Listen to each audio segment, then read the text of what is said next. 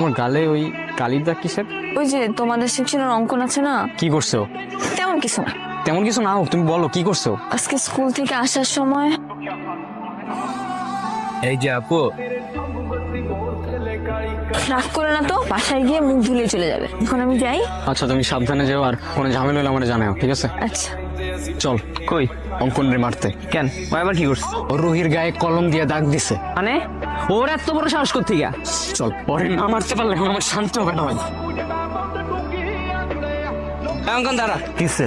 তুই রুহির গায়ে কলম দিয়ে দাগ দিছিস কেন? রুহি গেলে দাগলে তখন কি? তুই এখনো দাঁড়ায় কথা বলতেছিস ওর সাথে? কি করবি? মারবি? এই, আর কোনো ডাউট আছে?